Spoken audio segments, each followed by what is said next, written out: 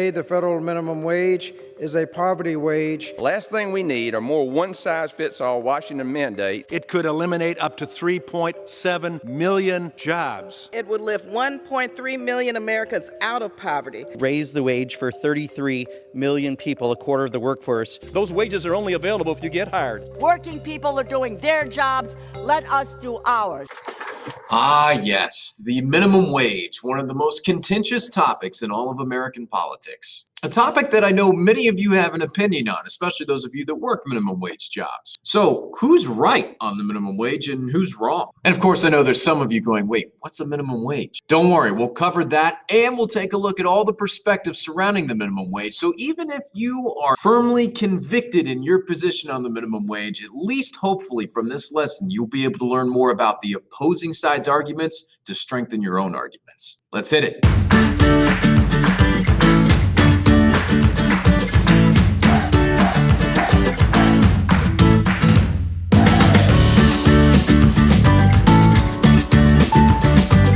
All right, so for those of you that don't know what a minimum wage is, it's basically the lowest amount of money an employer is allowed to pay an employee per hour. Minimum wages are enforced by the state and/or the federal government. If a business pays employees less than a minimum wage, then they could get in big trouble. They could face fines, or the government can try to take their business away from them. So the minimum wage is a pretty big deal because it has major economic ramifications, not just on the employees being hired, but also on the price of everything that everyone buys. All right, now I know what some of you are thinking. Mr. Lucas, I'm not working a minimum wage job right now, and even if I am, I don't plan on doing it forever, so why should I care about the minimum wage? Okay, I hear you, but have you stopped to think about the fact that like over 90% of adults don't work minimum wage jobs, yet many of them still have very passionate opinions about the minimum wage? That's because whenever we talk about economics, a policy regarding maybe one group of people could have ramifications and a ripple effect on the entire economy, which can affect everything from the value of the money in your wallet to whether or not you even have a job.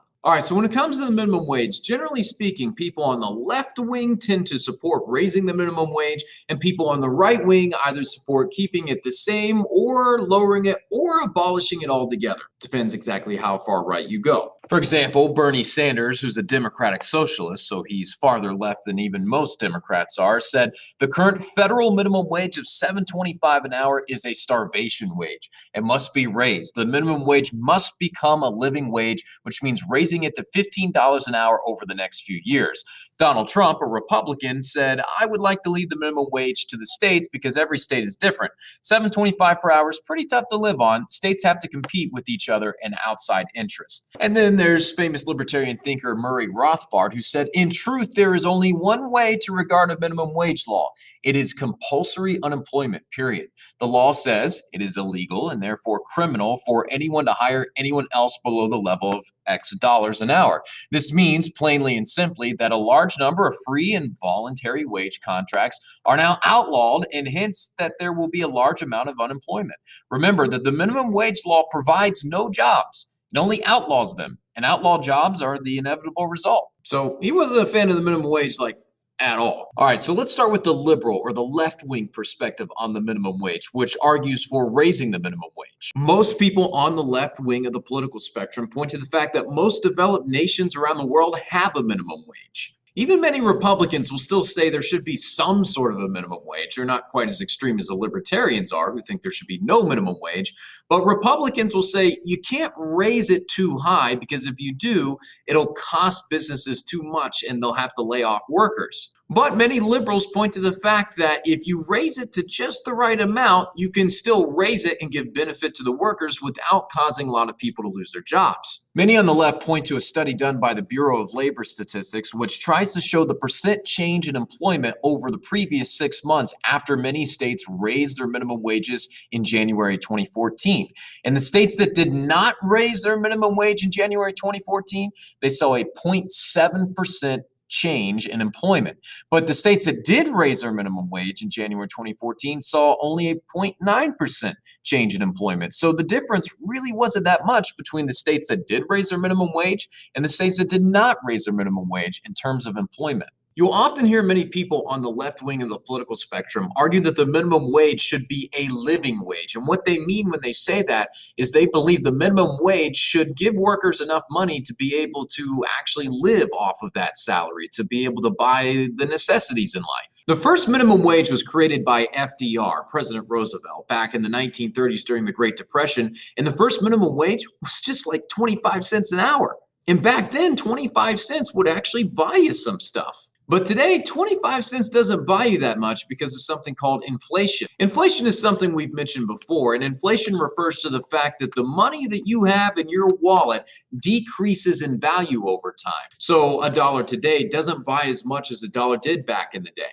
And there's many different reasons for inflation that we'll talk about later on, especially when we start discussing the Federal Reserve. But as the money in your hand becomes less valuable, that means you'll need more of it in order to buy basic necessities than you would have in the past. And if you need more of these to buy basic food and shelter and clothing, then many people argue that the minimum wage needs to be raised as well. Now, the federal minimum wage has been increased over time since the 1930s, but it hasn't been increased since 2009 when it was increased to $7.25 an hour. Now, in some states, the minimum wage is higher than $7.25, but if you live in a state that doesn't have a minimum wage, then you would have to pay the federal minimum, which is $7.25 an hour. And if we're being honest, that's really not enough to live off of, which has led some people to say things like, minimum wage workers are not earning enough to keep up with the increased standard in living, which is what the law was originally intended to do. So the federal minimum wage has not increased since 2009, and it needs to be. In fact, according to some studies that the left likes to point out,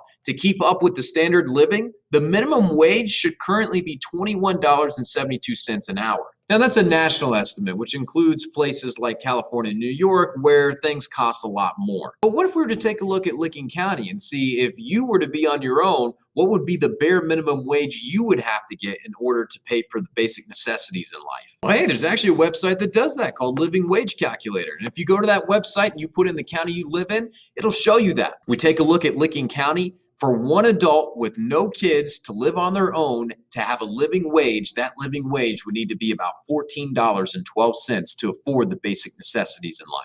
But as you can see, Ohio's minimum wage is $8.70 right now. So that's not really enough to live on your own fully independently and to be able to afford everything that you would need. So here's a video by Vox, which is a left-leaning news organization that kind of gives you a good overview of what the left generally thinks about the minimum wage and what some of their top arguments are. This is an American sweatshop.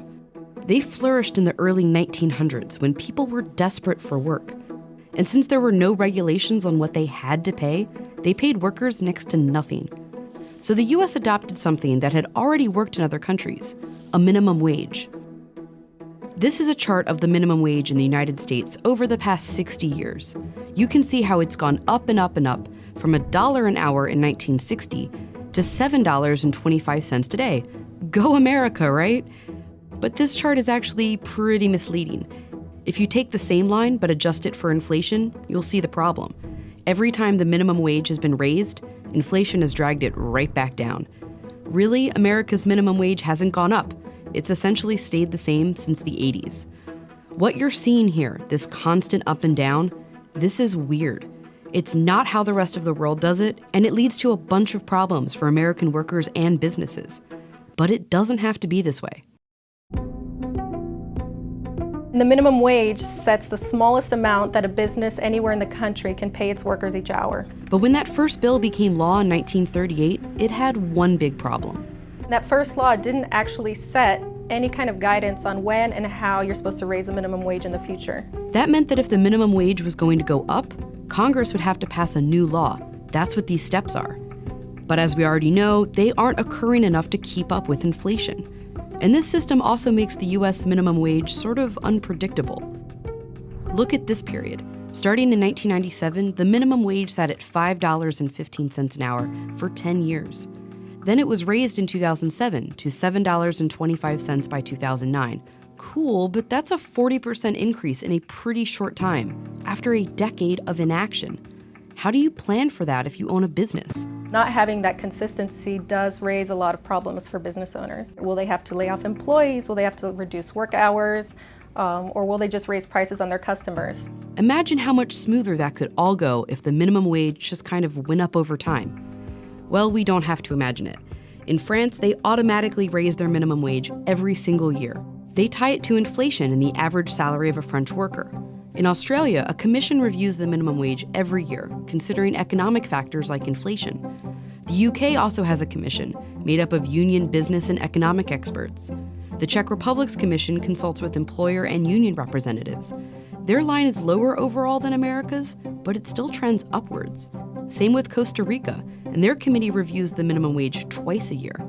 In most countries, the minimum wage is in the hands of economic officials. In the US, it's in the hands of politicians. And that goes about as well as you'd expect. Republicans have generally resisted increasing the minimum wage. They tend to support a lot of pro-business policies, and the business leaders do not want minimum wage increases.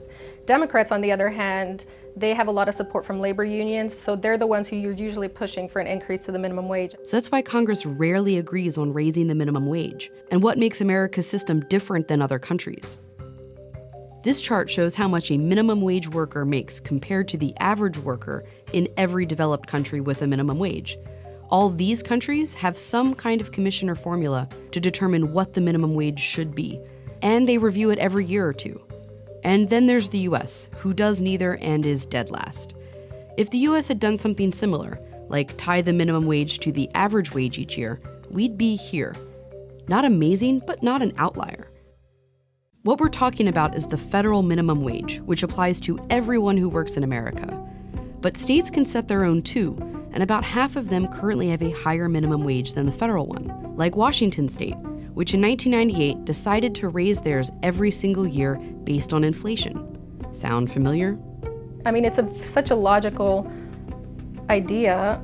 It's done in other countries. It really doesn't make sense why it's not done at the federal level. Like, really, it's just about politics. The argument to have the minimum wage increase steadily each year to keep up with inflation and the standard of living is actually what Ohio does with Ohio's minimum wage, which is why every January you'll likely see an increase in the Ohio minimum wage. But as the video showed, that's not what's done at the federal level. And as long as the federal minimum wage is below Ohio's minimum wage will always be the minimum wage employers in Ohio are forced to go with. All right, let's take a look at what the right wing believes about the minimum wage. So let's take a little scenario here. Let's say I were to come to you and say, hey, I want to paint my classroom, but how much would you like to be paid per hour to paint my classroom? Now, I only have 20 bucks in my budget, but keep in mind, I got to buy supplies, which I don't know, let's say costs around $10. Now, I'm only hiring one person, but here are my offers. I can pay you $1, $5, or hey, I could pay you the full $10 I have left over. I'm assuming most of you would probably say, yeah, I'll take the $10 if you're offering that. But you know, my classroom is pretty big, so actually I may need to hire 2 people in order to paint the entire classroom. So let's say I want to hire 2 of you. But again, I only have 20 bucks in my budget and I have to spend $10 on supplies. How much would each person like to be paid per hour? My offers would be $1, $3, or $5. And again, I'm assuming both people would want the maximum amount of money they could get, $5, if that's what I'm offering. But wait. The government comes in and says, stop, Mr. Lucas. You can't hire anyone below $8.70. That's illegal. If that's all you have in your budget, you can only hire one person to do that job. The other person you wanted to hire, you cannot hire.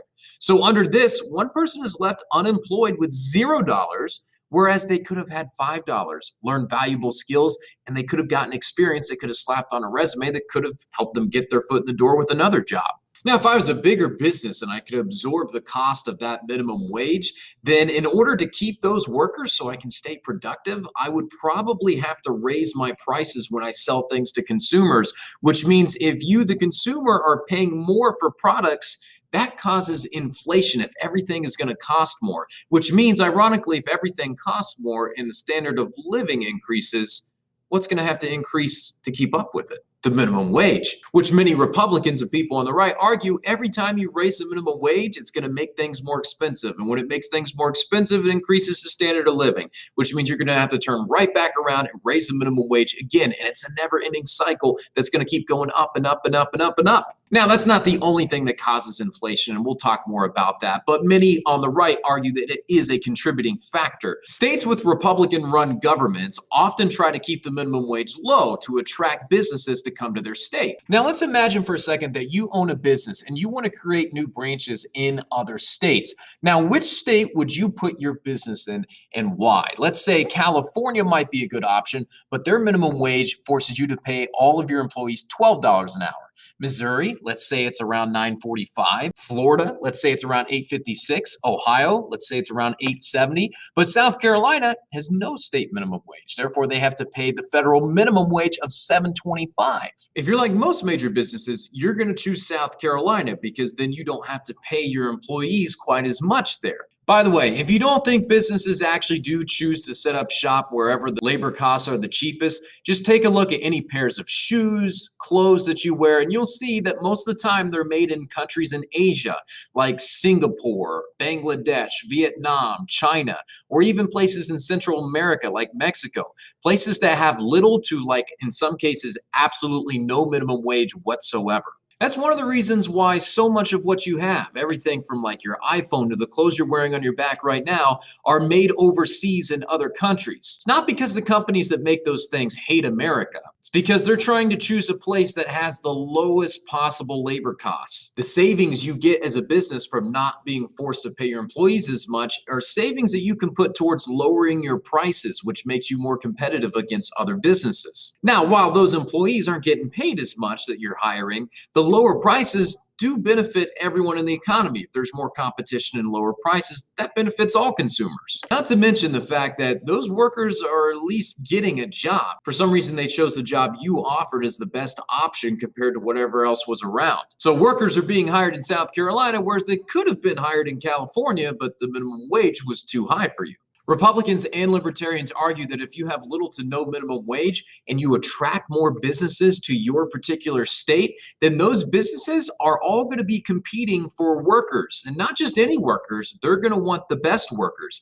And what is one of the best ways you can attract the best workers to come work for you instead of someone else? That's right. Offer them a higher wage than everyone else is offering. So the idea is, instead of government mandating a living minimum wage, which outlaws some jobs, you create a standard living minimum wage through competition.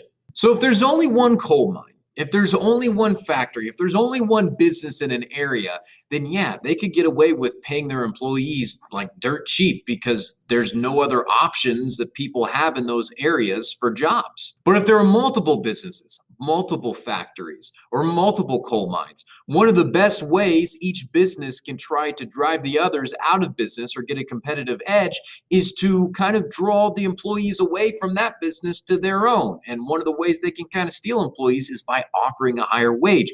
And so that creates almost a bidding war for labor. Republicans argue that that competition not only helps businesses, not only does it help employees, not only does it help consumers and the economy as a whole, but it also helps state governments as well. They argue that people will literally get up and leave states to move for job opportunities that are better for them and their family in other states, in the same way that immigrants might choose to move to the United States for better economic opportunities. So if a state has a low minimum wage and that's attracting lots of businesses and those businesses are hiring, then maybe some people are going to decide to move to that state because there's more job opportunities for them there. And if you have more people moving to your state for more job opportunities, all of those people are also paying taxes, which means that your state government is going to generate more in tax revenue for you to build on roads, bridges, and schools. Many on the right will point to the fact that if you look at states where they have a high minimum wage compared to states with little to no minimum wage, you'll see that states with little to no minimum wage are seeing population increases, whereas states with higher minimum wages are seeing population decreases. And so they cite this as evidence that people are moving to states with lower minimum wages but more job opportunities, and that those states are therefore thriving. So just like I did showing you a left-wing video that summarizes some of their arguments, I'll do the same with a video from Mr. Stossel summarizing some of the right-wing arguments. Merv Christ runs the Prime Cut, a combination meat counter and bar in Bakersfield, California. Minimum wage jobs are an entry-level job to get someone some experience to do something. You raise that high enough, you cut those people out of the market completely. When California's minimum wage rose to $8 an hour, he stopped hiring new people. Low-wage jobs used to be a way for kids and the unskilled to get into the labor force, to prove themselves. Most every gas station used to offer free window cleaning. Not anymore. The construction industry used to be a place teens could get a foot in the door, learn the discipline of regular work. But the minimum wage left many teens out of jobs. No wonder teen unemployment is 26%. If they were to get rid of the minimum wage, we could easily hire more people. Warren Myers manages public parks. When the minimum wage went up, he replaced workers with machines. We're trying them out now, trying out various automatic gate solutions. I much prefer having a person because that person can be friendly and provide a smile, and they can provide information about the park, and they can answer questions and where are the bathrooms. But with the higher minimum wage, he switched to automated ticket machines. Fewer people, more unemployment. In fact, unemployment has risen more in states that raised their minimum wage.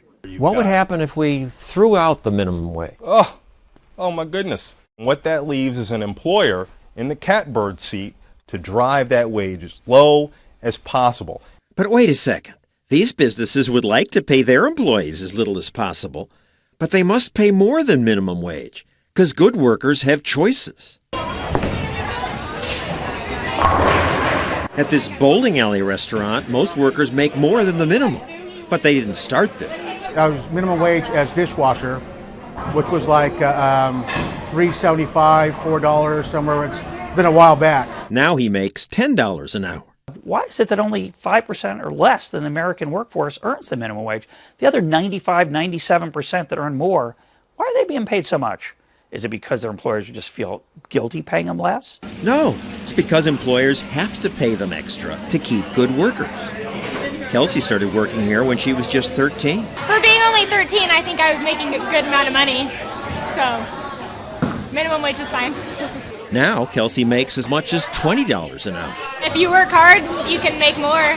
It's just, you have to prove yourself. Kelsey may have never had that chance. Her job might have disappeared. Some business at the margin says, I can make money paying people $6 an hour. I can't make it paying them $7.25. I won't expand. If the cost of expanding workers is too much for you to absorb, then you probably don't have the best business model going. Whoa, that's harsh. Then you deserve to fail? How does that help workers? What could be more cruel than to raise your wage artificially and now you have no wage? 5 years ago, Seattle became the first city to pass a $15 minimum wage. I think it's pretty awesome since I benefit from it. The rising tide raises all boats. But now the results from Seattle are in. Some people are being paid more. They're the winners. But for many people who wanted jobs, the increased minimum wage is having an opposite effect, costing thousands of jobs and actually hurting low-income workers. You see it on this graph. The green line tracks the number of new jobs created in Washington state. The red line is new jobs in Seattle. Once Seattle raised its minimum to $15, entry-level job growth stalled. It's really presented by minimum wage advocates as a win-win. It's a win-win for employers. It's a win-win for workers. And, there are no negatives. But there are negatives, says Erin Shannon of the Washington Policy Center. She points to stories like this one, where the owner used to hire kids and train them. But once Seattle raised the minimum, she stopped hiring beginners. The politicians in Seattle especially have no sense whatsoever about what it means to small businesses like us. So that's the right-wingers' arguments against raising the minimum wage, pretty much in a nutshell. You heard that lady say at the end of the Stossel video that the politicians just don't understand what it's like to run a small business because many of them don't have experience doing that. And it is true that experience can really change our perspectives on an issue. So that's what I'm hoping to give you this week. Now, I'm going to warn you, this week you kind of have a bit more work for me than you usually would. And really, that's all because of this second ed puzzle. The second ed puzzle you're going to watch this week is a documentary called 30 Days on Minimum Wage, and it's about 40 minutes long. So I apologize in advance right now. Every year we watch this documentary in class, and it's done by Morgan Spurlock, who actually you might recall from the documentary Super Size Me, where he ate McDonald's for like 30 straight days. But this time around, he's deciding to try to live off of minimum wage for 30 straight days with his fiance, who many of you are going to find very annoying. But the cool thing about this documentary is Morgan actually comes up from his home state state of West Virginia, to Columbus, Ohio. And so you will recognize a lot of the places he's in. So even though it's long, it should still be entertaining. And because it's such a long Ed puzzle, I'm going to give you an extra day to do it. That second Ed puzzle will be due on Thursday. But after watching that documentary, I'm going to put you to the test. That's right. You're going to play a game where you can see if you can survive 30 days in poverty or not. So instead of doing a critical thinking question or doing a Google form, you're going to play the game Spit. All right. So when you click on the link to open up the game, it'll explain to you what's going on. You just lost your house. You just lost your job. You're down to your last $1,000. And oh, by the way, you have a child. So let me explain what's on the screen when you open it up. On the far right, you're going to see which day you're on. And the days with the little dollars next to them, that will show you which days you're going to get paid. On the left, you'll see your total balance. If you get to $0 before the 30 days are up, then you lose. So your goal is to keep that above $0. But like I said, you start off with $1,000, so that should help. Further down, you see job strikes. If you do something to tick your boss off, or if you show up late or skip a day, you could get 3 job strikes. If you get 3 job strikes, you are out of a job. But if you need some emergency cash, you have some options here too. You could smash your kid's piggy bank. That's what the piggy bank option is for. Some of you do that. I'm going to have some opinions about your personal character, but that's besides the point. You could also donate plasma and earn $25 for doing that. Or if you're really strapped for cash, you can go out and get a payday loan for like $50. So your first step is going to be to choose what job you want to take, and you'll have 3 options. But after you choose your job, then you'll have to choose where you're going to live and so forth. And you'll have all of these decisions and these different questions thrown your way that you'll have to decide on that's going to affect your finances. So once you're finished playing the game, take a screenshot of the final page, whether you make it through only 5 days or if you make it through all 30 days. Take that screenshot and then paste it in the Google slide I have for you, and then make sure you answer the questions I have for you as well. So again, just to recap, you've got this Ed puzzle due on Wednesday, then you have the second Ed puzzle, which is on 30 days on minimum wage, due on Thursday, and then also on Thursday, you have to play the Spit game, take a screenshot, put it in the Google slide there for you, and make sure you answer the questions in that slide as well. As always, reach out if you need anything, and have a great week.